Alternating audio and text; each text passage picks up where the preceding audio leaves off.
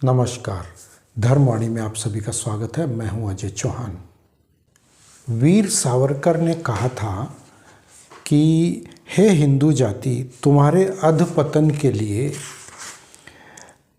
कारणीभूत दुर्गुणों में यदि कोई प्रमुख दुर्गुण है तो वे हैं तुम्हारे सद्गुण। यानी जो तुम्हारे अपने सद्गुण हैं वे ही तुम्हारे दुर्गुण हैं। और ये बात आज एकदम सटीक उदाहरण के तौर पर बैठती है जब हम देखते हैं कि जो हल्द्वानी में दंगे भड़के और विशेष समुदाय के द्वारा, शांतिप्रिय समुदाय के द्वारा हिंदू पक्ष पर जमकर पत्थरबाजी हुई, पुलिस पर लाठी डंडे, पत्थरबाजी, आगजनी, पेट्रोल बम आदि फेंके गए, थाने को लूटा गया, लूटपाट की गई, उन्हें मारा गया और करीब 6 लोगों को मौत के घाट उतार दिया और करीब 300 से ज़्यादा लोगों को उसमें गंभीर रूप से घायल कर दिया। और इसके अलावा थाने को लूटकर उसमें से असला, बारूद वगैरह भी ले गए वो लूट के। तो ये बात एकदम चरितार्थ होती है और एकदम सटीक बैठती है कि यदि हिंदू जाति तुम्हारे अधपतन के जो कारण है वो यही है कि तुम्हारे सद्गुण जो है वो तुम्हारे पतन का कारण बन रहा है। तो ये वीर सावरकर जी का कहना है और संभव है कि यही कारणों से, इसी प्रकार के उनके विचारों को लेकर के संघ परिवार ने, संघ ने और सिंधु परिषद वगैरह ने उनको बिल्कुल एकदम दूर फेंक दिया और उनसे दूरी बना ली। तो ये एक छोटा सा उदाहरण है। अब अगर हम संपूर्ण खबरों का विश्लेषण करें, जो हल्द्वानी से जो खबरें आ रही है, तो मेरे हाथ में कुछ ऐसे तथ्य मौजूद हैं जिनके आधार पर हम ये कह सकते हैं कि जो वहाँ जो खबरें हैं वो उनका जो विश्लेषण अगर हम करते हैं तो ये है कि एक स्थानीय हिंदू पत्रकार जो हल्द्वानी का, तो उसके अनुसार उसने जो खबर दी है या उसकी जो खबर है उसका जो कहना है वो ये है कि उसने जो बताया उसके अनुसार ये है कि वो हिंदू थे इसलिए उन पर हमला किया। जो मुस्लिम पत्रकार थे उन्हें खरोच तक नहीं आई। ये कहना है एक पत्रकार का और ये पत्रकार है अमर उजाला का। और इसका ये कहना है कि हल्द्वानी में जो हुए दंगे फसाद उसमें वो फंस गया था बुरी तरह से। तो इस खबर का हम आगे विश्लेषण करते हैं। तो ये खबर मेन जो जुड़ी हुई है वो इस पर है। लेकिन उससे पहले यहाँ हम आप लोगों को ये भी बता दें कि जो ताज़ा हालात है या जो वहाँ पर जो स्थिति है वो थोड़ी सी भयावह स्थिति हो चुकी है। और फ़िलहाल तो कह सकते हैं कि वो कंट्रोल में है, लेकिन जो अंदरूनी जो ज्वालामुखी के रूप में सामने आ रही है खबर, वो काफ़ी चौंकाने वाली और लगभग एक ही तरह की वो खबरें होती है। जहाँ पर भी कोई इस तरह का दंगा होता है, सांप्रदायिक दंगा जो होता है, उसमें एक ही तरह की एक विशेष जो है वो नृशंसता कह लो या एक ब्रूटलिटी कह लो, वो उस तरीके से झलकती है उन लोगों के बीच में। या हम फ़िलहाल जो खबरें हैं वो ये है कि इस्लामी कट्टरपंथी भीड़ ने खुलेआम हिंसा की और 8 फरवरी को ये हिंसा भड़की थी। और उसके बाद जो है दंगे में करीब 6 लोगों की जान जा चुकी है और 300 से ज़्यादा पुलिसकर्मी घायल हैं। पुलिसकर्मी घायल है इसमें 300 से ज़्यादा। बाकी लोगों का कुछ अभी जानकारी नहीं है इसकी। और इसके अलावा अगर हम बात करें तो पिछले साल भी जब कोर्ट ने रेलवे की ज़मीन जिस पर कब्जा किया हुआ था उसे अतिक्रमण हटाने का आदेश दिया था। इसके बाद वहाँ पर स्टे लगा दिया गया था बाद में, और उस पर भी माहौल बिगड़ने का प्रयास किया गया था। और इस दौरान ऑप इंडिया के पत्रकार राहुल पांडे ने भी ग्राउंड रिपोर्ट के लिए वहाँ पर पहुँचे थे, जिसमें बाद में ये खुलासा किए। तो ये जो ऑप इंडिया की रिपोर्ट है उसके आधार पर मैं बता रहा हूँ। तो वो ये है कि ऑप इंडिया का जो राहुल पांडे नाम का एक पत्रकार था जिसने ये खुलासे किए थे विभिन्न प्रकार के कि वहाँ पर किस प्रकार से वो उन लोगों ने अनधिकृत तरीके से कब्जे जमाए हैं और किस प्रकार से वहाँ पर उन लोगों ने अपनी पैठ बनाई है। इसके अलावा इसी क्रम में इसके अलावा इसी क्रम में हमें स्थानीय लोगों से भी पता चलता है कि हल्द्वानी में बाहरी मुस्लिमों की संख्या लगातार बढ़ती जा रही है। और एक हिंदू व्यक्ति ने जानकारी दी थी कि पूरे इलाके में कट्टरपंथियों के पास इतने हथियार जमा हो चुके हैं कि जिसकी हद नहीं, यानी कि आवश्यकता से अधिक उन्होंने ऐसे हथियार इस्तेमाल कर लिए हैं जिनका इस्तेमाल वो दंगे फसाद में या इस तरह का अपनी वर्चस्व को दिखाने के लिए वो इस्तेमाल करते हैं। इसके अलावा उन्होंने बताया कि कैसे वहाँ की मुस्लिम आबादी उनके घरों पर चरस और शराब के नशे में लात मारती है, और शराब के नशे में वो ज़्यादातर वो लाते मारते दरवाज़ों पर, और विरोध करने पर मामले को शांत करवा दिया जाता है, और अगर विरोध किया जाता है उनका तो मामले को फिर शांत भी करवा दिया जाता है। और हिंदुओं के सवाल थे कि पिछले एक दशक में मुस्लिमों की संख्या इतनी कैसे बढ़ी, तो कुछ समझ में नज़र नहीं आता। वहाँ पर जब स्थानीय लोग ये कहते हैं कि अचानक से यहाँ पर पिछले एक दशक से इन लोगों की संख्या लगातार बढ़ती जा रही है और 5 से 6 वर्षों में इनकी संख्या डबल हो चुकी है। अभी पिछले जो 5 से 6 वर्ष हुए हैं उसमें इनकी संख्या लगभग डबल हो चुकी है वहाँ पर। तो ये स्थानीय लोगों का वो कहना है। इसके अलावा हम देख रहे हैं कि भारत सरकार उन्हें परिवार सहित निकाले, ये उनका कहना है। वहाँ पर जो हिंदू समुदाय जो थोड़ा बहुत रह गया उनका ये वहाँ पे एक मांग है। हिंदुओं के रहने के हालात अब वहाँ नहीं बचे हैं। जानकारी दी थी कि इन इलाकों में लव जिहाद और धर्मांतरण की घटनाएं हद से ज़्यादा बढ़ती जा रही है और प्रताड़ित किया जा रहा है उनको। और हिंदू लोग होली तक नहीं ठीक से खेल सकते और दिवाली भी वो पटाखे नहीं जला सकते, अपने घरों के अंदर ही वो दिए जला करके और किसी तरह से वो अपने मन को मारकर दिवाली वगैरह मनाते हैं। और ये कहना है वहाँ के स्थानीय लोगों का। वहाँ पर एक स्थानीय नागरिक के बारे में जो घटना बताया जा रही है अप इंडिया की खबर के अनुसार कि एक सत्यनारायण तिवारी ने अपने घर के पास मंदिर बनवाया था, लेकिन जब वो इस इलाके को छोड़ करके चले गए तो मुस्लिमों ने उनके घर के साथ उस मंदिर को भी तोड़ दिया और वहाँ पर कब्जा जमा लिया। स्कूलों में बच्चों को पढ़ाई जाने वाली इस्लामी दुआ का भी पता चलता है, यानी इस्लामी तालीम उनको दी जा रही है और उनको इस्लामिक दुआ वगैरह जो भी होता है उनका वो अपने उन्हीं का वहाँ वर्चस्व कायम कर दिया। इसके अलावा ये भी बताया गया था कि हिंदू लड़कियों का ऐसे इलाकों में आना जाना जीना मुहाल कर रखा है, आना जाना मुहाल कर रखा है, यानी कि जीना मुश्किल कर रखा है। तो पिछले साल मुस्लिम भीड़ ने प्रदर्शन किया था, वहाँ रोहिंग्याओं और बांग्लादेशियों ने भी अपने घर बना रखे हैं, पिछले वर्ष ही बना रखे हैं। तो ये आप देख सकते हैं या आप जो स्वयं अंदाज़ा लगा सकते हैं कि पिछले वर्ष भी वहाँ पर भारतीय जनता पार्टी की, यानी कि ये दूसरा टर्म है भारतीय जनता पार्टी का, दूसरा कार्यकाल है, मतलब करीब ये 7 या 8 साल करीब इसको हो चुके हैं या 6 साल पार कर चुके हैं ये। तो इसी दौरान वहाँ पर जनसंख्या उनकी विशेष समुदाय की लगभग डबल के आंकड़े को छू रही है और वहाँ पर वो बसावट उनकी हो रही। तो ये हम ये अंदाज़ा स्वयं ही लगा सकते हैं कि वहाँ पर किसका वर्चस्व है और कौन उनको परिश्रय दे रहा है और कौन उनको बसाने में सहयोग कर रहा है। इसके अलावा उपद्रवियों को देखते ही गोली मारने का आदेश जारी किया गया है और सरकार ने पूरे राज्य में हाई अलर्ट जारी कर दिया गया है और किसी को बख्शा नहीं जाएगा। ये वहाँ के मुख्यमंत्री पुष्कर धामी जी का कहना है।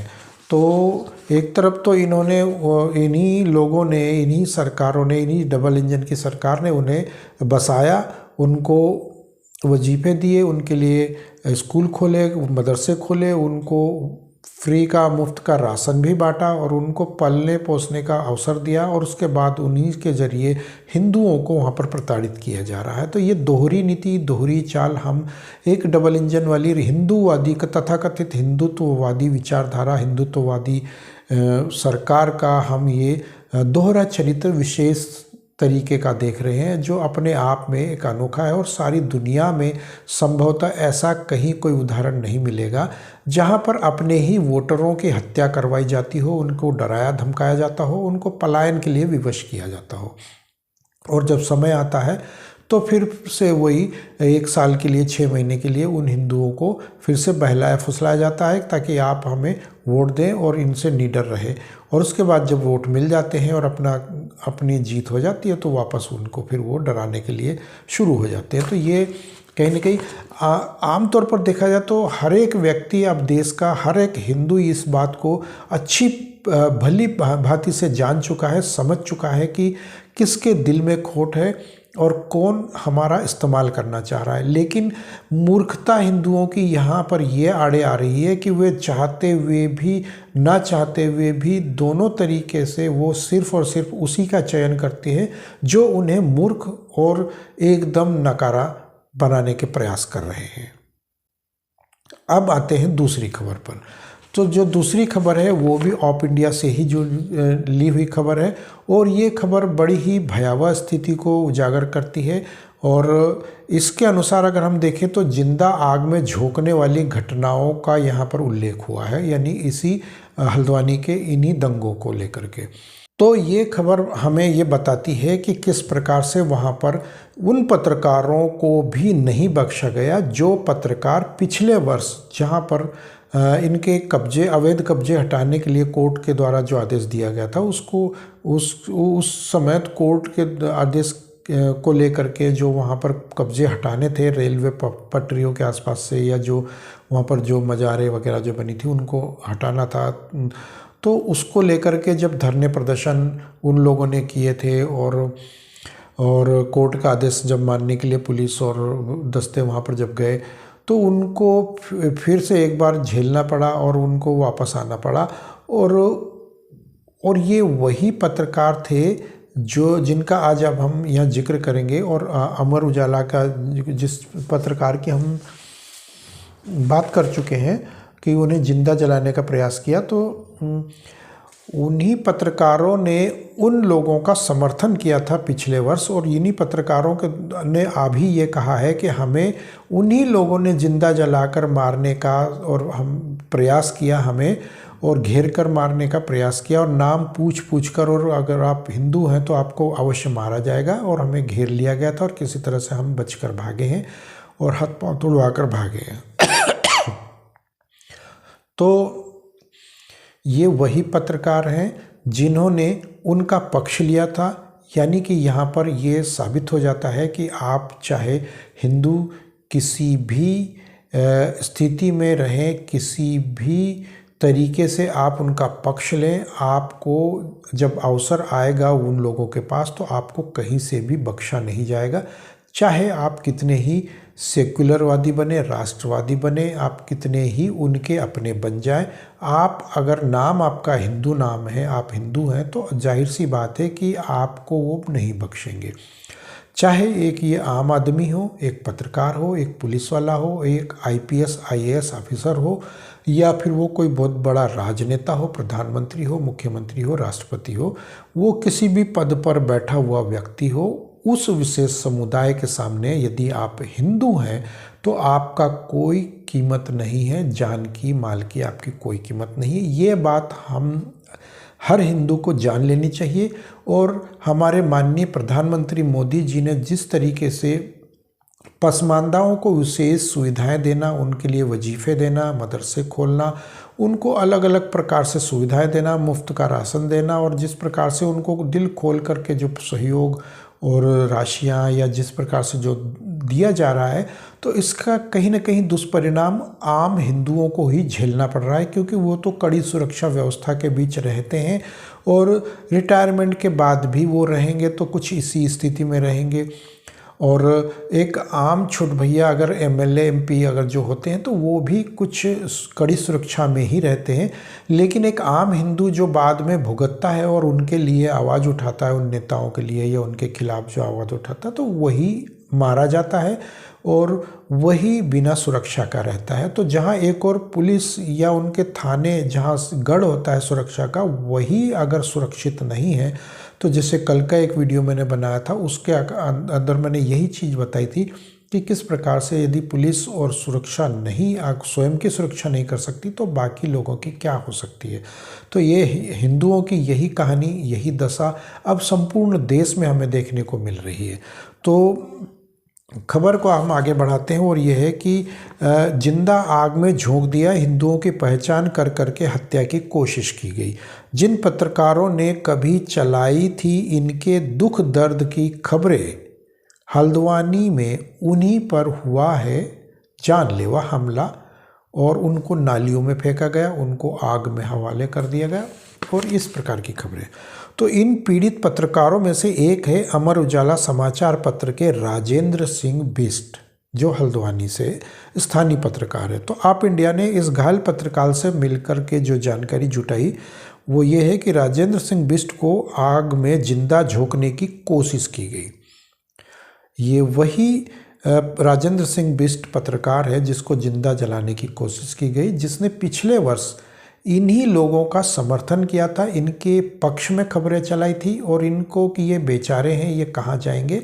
तो आज आप स्वयं देख लीजिए राजेंद्र सिंह बिष्ट की आपकी क्या स्थिति है। तो आप अगर घोर सेकुलरवादी बन रहे हैं तो आपकी क्या दशा होगी, ये एक सेकुलर व्यक्ति को ही सोचना होगा, क्योंकि एक कट्टर हिंदू है वो स्वयं जानता है कि क्या करना है और कैसे अपना बचाव करना है और किस प्रकार से इनका विरोध करना है और अपनी आवाज़ को प्रखर रखना है। तो सबसे पहले वही मारा जाता है जो इनका अपना बन करके, सगा बन करके रहता है। तो इसके अलावा हम देखें कि उस दिन उनका ऑफ था, यानी कि उस पत्रकार की छुट्टी थी, लेकिन करीब 3-3:30 बजे दफ्तर से कॉल आई और जल्दी मलिक के बगीचे में पहुंच जाए, यानी कि जल्द मलिक के बगीचे में उस स्थान पर पहुंच जाए, वहां पर ये इस प्रकार की एक घटना हो रही। तो वहां उन्होंने देखा कि अवैध मदरसा और मस्जिद को पुलिस ने सील कर रखा था और प्रशासन उसे तोड़ने वाला था और ये पत्रकार वहाँ पर पहुँचा। तो ये पत्रकार जो आगे जो अपनी बीती सुना रहा है, जिसे मीडिया वाले कवर कर रहे थे, राजेंद्र सिंह बिष्ट ने बताया कि उसी समय चारों तरफ से आगजनी शुरू हो गई, पत्रकार लोग भीतर घिरे हुए थे, तभी पत्थरबाजी शुरू हो गई, आंसू गैस के गोले भी चले। वापसी के समय उन्हें और उनके साथियों को लौटते समय घेर लिया गया। भीड़ ने, जब वो वापस लौट रहे थे वहाँ से, तो उन्हें भीड़ ने घेर लिया, पत्थर से हमला किया और लाठी डंडों से पीटा जाने लगा। राजेंद्र सिंह बिष्ट ने बताया कि उन्हें नाली में फेंक दिया गया, जबकि राजेंद्र सिंह बिष्ट का ये भी कहना है कि वे लोग मुझे जानते थे, क्योंकि पिछले वर्ष मैंने उनके साथ रह करके रात भी बिताई थी उन लोगों के साथ वहाँ पर उनके क्षेत्र में, और उनकी रिपोर्टिंग की थी मैंने और उनके समर्थन में रिपोर्टिंग की थी। तब जाकर के ये हाल हुआ इनका, क्योंकि ये हिंदू थे। राजेंद्र सिंह बिष्ट इनका नाम है, एक शुद्ध रूप से हिंदू नाम है, इसीलिए इन्हें मारा गया, जबकि ये उन्हीं के अपने सगे बन करके वहाँ गए थे। तो उसके बाद जलती हुई आग में उन्हें झोंक दिया। बकौल राजेंद्र सिंह बिष्ट, उनके सिर से काफ़ी खून बहा रहा था और वो किसी तरह से वहाँ से वो निकल गए। उस आग में से वो जो जलती हुई चिंगारी या आग कुछ रही होगी तो उसमें उनको गिरा दिया गया था, लेकिन वो वहाँ से बच के निकल के बाहर आ गए और वो होश में नहीं थे। मतलब इस स्थिति में कोई जब घबराहट या कुछ इस तरह की स्थिति अचानक आ जाए तो कोई भी व्यक्ति वहाँ पर होश खो देगा। तो ऐसे में वो हमलावरों को पहचान नहीं पा रहे थे। जाहिर सी बात है कि यदि वो पहचान नहीं पा रहे हैं तो आज भी अभी भी उनका सेकुलर का जो कीड़ा है उन पत्रकार महोदय का, वो जस का तस बना हुआ है। यदि पहचान भी रहे होंगे तो वो नहीं बताएंगे, क्योंकि वो आज भी उन्हीं के अपने बन के रहना चाहते हैं और वो गवाही भी नहीं देना चाहते सरकारी, क्योंकि एक पत्रकार को क्या करना है, किस तरह की भाषा लिखनी है, बोलनी है, ये किस तरह का एक्ट करना है, किसके साथ कैसे करना है, वो अच्छी तरह से जानता है। और क्योंकि हम भी इस चीज़ को जानते हैं। और उनका कैमरा भी छीन कर ले गए। उन्हें बताया कि भयंकर धुआंधार गोलियों की आवाज़ें आ रही थी। उन्होंने संपादक को फ़ोन करके इसकी सूचना दी। फिर उनके परिचितों के फ़ोन भी आने लगे और एक भाजपा नेता की मदद से वो गलियों से किसी तरह बाहर निकले। एक भाजपा का छुटभैया कोई नेता रहा होगा वहाँ पर, जिसकी मदद से वो वहाँ से बाहर निकले। यानी तो राजेंद्र सिंह बिष्ट की एक उंगली में फ्रैक्चर हो गया। उन्होंने बताया कि ईंट पत्थर फेंके जा रहे थे, उन्होंने सिर पर नज़दीक से ईंट पत्थर चलाए जा रहे थे। छोटे बच्चे भी हमलावरों में शामिल थे। उनका ये कहना है कि मैंने तो उम्मीद छोड़ दी थी कि मैं यहाँ से जिंदा वापस जाऊँगा, कि पहले यहाँ ऐसा नहीं हुआ था, अब पत्रकारों को भी पीटा जा रहा है। वो ये कह रहे हैं राजेंद्र सिंह बिष्ट कि पहले यहाँ पर कभी ऐसा नहीं हुआ था। अब यहाँ पर बात ये आती है कि कोई भी कार्यक्रम होता था तो हम अच्छे से कवर करते थे। पहले हम रात रात तक रुक कर कवर करते थे खबरें वहाँ की, रात को वहीं पर स्थानीय लोगों के साथ या उस मोहल्ले में या उस स्थान पर। तो उन लोगों के बीच में ये जो राजेंद्र सिंह बिष्ट है, ये इनका कहना है। अखबारों के फाइलों को आप देख सकते हैं, मतलब अखबारों में हमारी पिछली रिपोर्टिंग देख सकते हैं। जो भी हुआ वो उम्मीद से परे था, इसकी कल्पना हमने नहीं की थी। जितने भी पत्रकार थे लगभग सभी को पीटा गया, लगभग सभी को पीटा गया, जितने भी पत्रकार थे। और वो कौन से पत्रकार? जिनके नाम हिंदू थे, क्योंकि उनको नाम पूछकर पीटा गया। जिनके नाम हिंदू नहीं थे उनको वहाँ पर हाथ भी नहीं लगाया गया। ये कहना है इन पत्रकार महोदय का। वहीं एक अन्य पत्रकार ने बताया कि पिछले साल जब कोर्ट ने अतिक्रमण हटाने का फैसला दिया था तब वो लोग बनभूलपुरा के मुस्लिम समाज के साथ खड़े थे। ये कहना है इन पत्रकार महोदयों का, एक अन्य पत्रकार महोदय का। तो उक्त पत्रकार ने बताया कि पत्रकार नगर निगम और पुलिस में से खोज कर हिंदू छांटे गए। जो भीड़ ने घेर लिया था उनको, उनमें से नाम पूछ कर के उनको छांटा जा रहा था और फिर उनकी हत्या की तैयारी बन गई थी। उन्होंने कहा कि अगर गांधीनगर के हिंदुओं ने हमें न बचाया होता, ध्यान रखने वाली बात यह है कि गांधीनगर के हिंदुओं ने अगर हमें न बचाया होता तो कोई भी जिंदा न बच पाता। अब यहाँ पर ध्यान देने वाली बात है कि किन लोगों ने बचाया। तो एक भीड़ आई गांधीनगर वाले हिंदुओं की, स्थानीय लोगों की, उन्होंने उन लोगों को बचाया और वहाँ से बाहर निकाला। किन लोगों को बाहर निकाला? जिन पत्रकारों ने पिछले वर्ष उन्हीं लोगों का समर्थन किया था, उनके साथ रातें गुजार करके वहाँ की रिपोर्टिंग करते थे और उनकी खबरें लाते थे और उनका पक्ष लेते थे कि ये गरीब बेचारे कहाँ जाएंगे। तो आज ये आप देख लीजिए कि किन का पक्ष लिया था और बचाया किन्होंने। लेकिन हुआ उल्टा, और बचाया उन्हीं लोगों ने जिनके खिलाफ तुमने खबरें लिखी। हिंदुओं के विरोध में हिंदुओं ने खबरें लिखी। तो यही कहा जा सकता है कि जब डीएनए ही अपना खराब हो जाए तो दूसरे को क्या कहे। तो एक अन्य जो डीएनए न्यूज़ के पत्रकार है, उन्होंने ये बताया कि जेसीबी पहुंचते ही पत्थरबाजी शुरू हो गई। जेसीबी मशीन पहुंचती और पेट्रोल बम फेंकना शुरू कर दिया था उन्होंने, और गाड़ियां जला दी गई और लाठी डंडे चल गए, पत्थरबाजी धुआंधार हो। तो उन्होंने बताया कि ये वही लोग हैं जिनके समर्थन में अच्छी अच्छी खबरें उन्होंने चलाई थी। अब वे खुल करके इस बात को कह रहे हैं कि हमने अच्छी अच्छी खबरें उनके पक्ष में चलाई थी, वो उन्होंने चलाई थी ताकि सरकार इनका कोई नुकसान न कर सके, इसलिए उनके पक्ष में इन लोगों ने, इन्हीं पत्रकारों ने खबर चलाई थी।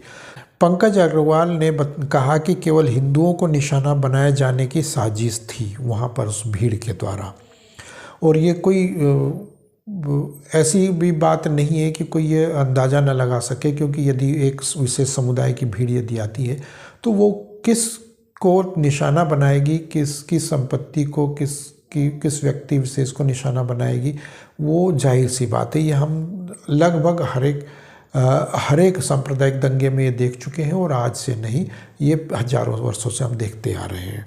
तो पुलिस वालों को और पत्रकारों को गिन गिन कर मारा जा रहा था। दोनों पत्रकारों का कहना है कि जिनके लिए उन्होंने सकारात्मक खबरें पिछले साल चलाई थी, उन्होंने ही उन्हें पीटा है। और उन्होंने बताया कि वहाँ पहले से साजिश रचकर 8 से 10 हज़ार लोग खड़े थे जिन्होंने पत्थरबाजी शुरू कर दी थी और पेट्रोल बम चला रहे थे। तो ये एक ऐसा सत्य है जिसको एक आम हिंदू को अच्छी तरह से जान लेना चाहिए, पहचान लेना चाहिए, और उसके बाद ही इन विशेष समुदाय के लोगों के पक्ष में कोई बात करनी चाहिए, वरना उदाहरण हमारे सामने है। और रही बात सरकारों की, तो कोई भी सरकार संवैधानिक आधार पर चलती है, और यदि वो संवैधानिक आधार पर नहीं चलती है तो इसका अर्थ है कि वो एक तरफा सरकार होती है। लेकिन अगर संवैधानिक आधार को आप माने तो संवैधानिक आधार यही है कि सबका साथ, सबका विकास, सबका विश्वास और सबका प्रयास। तो इसमें सबका विकास होगा, सबका प्रयास होगा और सबका विनाश होगा। तो इसमें कोई भी साबुत नहीं बच पाएगा, और जिनका विनाश होगा, जिन सबका विनाश होगा वो हम सामने देख चुके हैं कि किनका विनाश होगा। तो ये हमारे सामने एक बात स्पष्ट रूप से सामने आ जाती है, इसमें कहीं से भी कोई दो राय नहीं होनी चाहिए। और ये खबरें जो हमने आज देखी, सुनी या इनको विशेष रूप से आत्मसात किया है, इनको हम चाहते हैं कि हर एक हिंदू अपने कंठस्थ कर ले, बिठा ले अपने मन में, और इसी का प्रचार प्रसार करे। और वो ये ध्यान रखे कि यदि आप धर्म से कटते हैं तो आप मूल भूमि से कटते हैं, और आप मूल भूमि से कटते हैं तो आप इस संसार से मिटते हैं, आपका नामो निशान मिटता है। आपका कहीं कोई भी एक ऐसा कोई सरोकार या कोई ऐसा राष्ट्र नहीं है जहाँ पर आप सुरक्षित रह सके। क्योंकि यदि आपका स्वयं का राष्ट्र, आपकी स्वयं की मातृभूमि यदि नहीं सुरक्षित रही तो आप किसी भी कोने में चले जाइए संसार के, आप कहीं भी सुरक्षित नहीं रह सकते। क्योंकि सबको अपना अपना स्थान सुरक्षित रखना होता है। यदि एक कुत्ता भी किसी दूसरे कुत्ते के सीमा क्षेत्र में घुस जाता है तो उसको वहाँ से मारकर भगा दिया जाता है, या फिर उसको वहाँ पर मरना पड़ता है। तो ये एक सामाजिक कुरीति कह सकते हैं, या एक अच्छाई भी कह सकते हैं कि आपको जीने का हक आपके अपने क्षेत्र में है, हमको जीने का हमारे अपने क्षेत्र में है। तो क्यों ना हम ऐसा करें कि हम अपने हिंदुत्व को, हिंदू धर्म को, सनातन संस्कृति को, सनातन धर्म को ही प्रमोट करें, आगे लाएं, और उसी के आधार पर हम अपनी नई जीवन शैली को अपनाएं और इन विधर्मियों का सामना करें। तो ये थी आज की जानकारी, आज के विचार। मिलते हैं अगले वीडियो में। यदि आप लोगों को मेरी ये जानकारी और विचार अच्छे लगे हो तो कृपया कमेंट बॉक्स में मुझे ज़रूर बताएं, और जाने से पहले इस वीडियो को लाइक और शेयर अवश्य करते जाएं। मिलते हैं अगले वीडियो में, तब तक के लिए जय श्री राम।